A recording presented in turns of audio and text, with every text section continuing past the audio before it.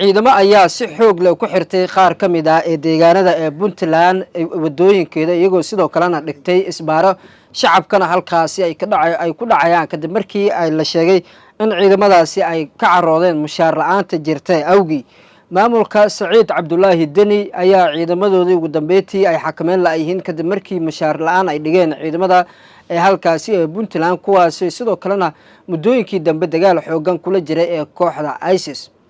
ciidamada ayaa la sheegay in deegaano ay ka mid tahay Eelaag iyo Karin ee gobolka Bari ayaa sidoo kale ay xirteen ciidamadaasi kuwaas oo sheegeen in haddii mushaarka la siin waayo inay madaxtooyada ee Puntland ay lug ay ku gali doonaan isla markaana madaxda ka dambaysa inay mushaar la'aan ay noqdaan ay gacanta ku soo dhigi doonaan ciidamadaasi ayaa sidoo kale ku hanjabay in haddii mushaarka la siin waayo ee deegaanada ee Puntland ay sidoo kale ay lugoyn doonaan iyagoo isku xiran sidoo kalena ay sheegeen dhamaantoodaba si isku mid ah ay yihiin soo dhawaada daawadayaal marka hore intaan u gudagelin faafahinta warkan like saara muuqaalka oo share gareeya ciidamo careysan ayaa xirtay qaar ka mid ah ee deegaanada Puntland oo ay ka mid tahay deegaanada ee Laag iyo sidoo kale Karin ee gobolka Bari oo ay xirteen ciidamo lagu sheegay inay u careysan yihiin mushaar la'aan ee dartii kuwaas oo la sheegay inay ka mid ahaayeen ciidamadii baxsanayay ee kooxda argagixisada ee ISIS ayaase la sheegay inay mushaar la'aan ay ku yihiin gudaha ee Puntland isla markaana ay la dhibaatoonayaan iyaga iyo reerkoodaba sidoo kale ee mushaar la'aan waxaase la sheegay in ciidamadan ay xirteen ee deegaanadaas iyo kuwo kale oo badan ee ka mid ah ee Puntland ugu kadib markii mushaar la'aan ay noqdeen sababta ka dambeysana ay u sheegeen in mushaarka hadduu u soo dhici waayo sidoo kalena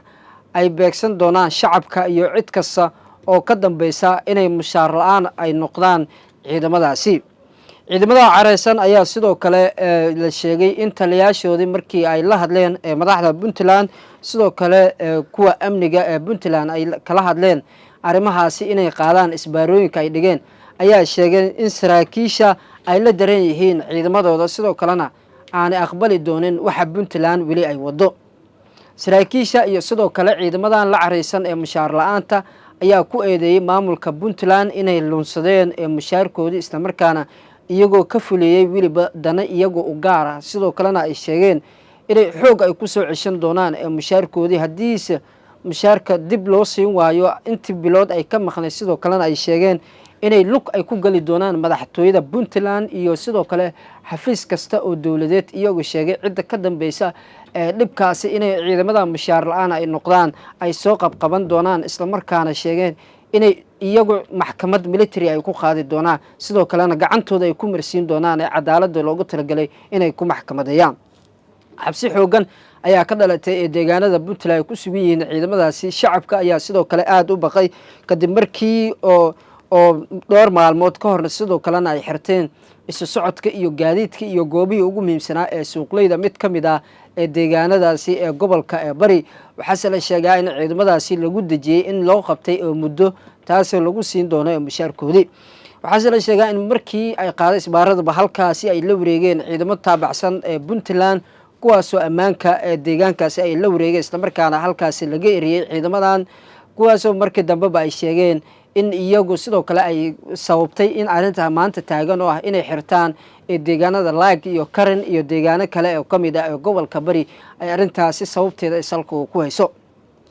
madaxweyne Saciid Deni ayaa ilaa hadda arrinkan uu ka hadlay sidoo kalena maadaama ciidamadaasi ay mushaar la'aan ay yihiin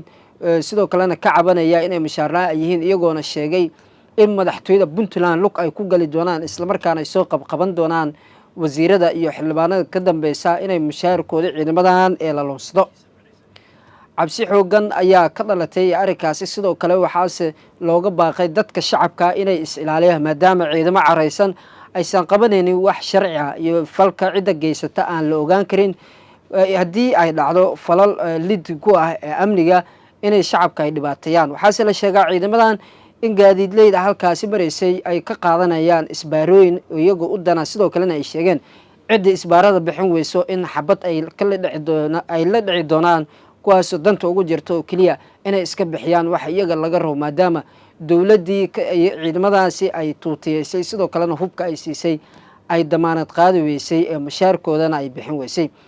ciidamadan waxaa isugu jira kuwa reer leh iyo sidoo kale kuwa oo bil laga sugayo iyo kuwa waalidiintoodii sidoo kale curyaamo iyo sidoo kale kala dad da-ah oo ay sugayaan isla markaana keliya biilka usoo dhici doono wiilkoodii uu kaga maqnaa difaaca ee dalka iyo sidoo kale ee Puntland ayaase helin xuquuqdii rasmiga ahayd ee ciidamadaasi maadaama kadib markii dhowr bilooyin oo mushaaraan ay hayeen bil ka hor ayay ahayd kadib markii ciidamadan ay xirteen wadooyinka u dhaxeysa Gaalkacyo ilaa iyo Boosaaso isla markaana halkaasi ay dhigteen isbaaro iyagoo sidoo kalena sheegay baawur inuusan gudbi karin ilaa waxa iyagu doonaya laga siin doono maahayna cid oo halkaasi ka kaxeyn kartana aysan jirin shacabka Puntland ayaa aad uga cabaday ciidamadan sidoo kalena sababta arinta ugu muhiimsanna ay tahay in Puntland ay ciidamada ay sii weysay xuquuqaadkii iyo mushaaraadkii ay lahaayeenba wararka ee ka imaanaya ee magaalada Boosaaso xarunta gobolka Bari ayaa sheegaya in xaalad ka xasanaana laga dareemayo magaaladaasi kadib markii ay dhaqdhaqaaq ka bilaabeen ciidamo ka cabanaya mushaar la'aan ciidanka gadoodka sameeyay ayaa ka tirsan kuwa daraawiishta waxayna xirteen laamiga dheer ee Boosaaso gaar ahaan inta u dhaxeysa ee deegaanada Laag iyo Karin ee Bari ilo dadka deegaanka ayaa inoo sheegay in ciidamadu ay isbaaro dhigteen wadada dhexdeeda iyagoo hakiyay gaadiidka xamuulka sida ay ka yimid dekada Boosaaso sidoo kale ciidamada oo wata gaadiidka dagaalka ayaa fariin culus u diray madaxda sare ee Puntland iyagoo ka dalbaday inay soo farageliyaan arintooda si wax looga qabto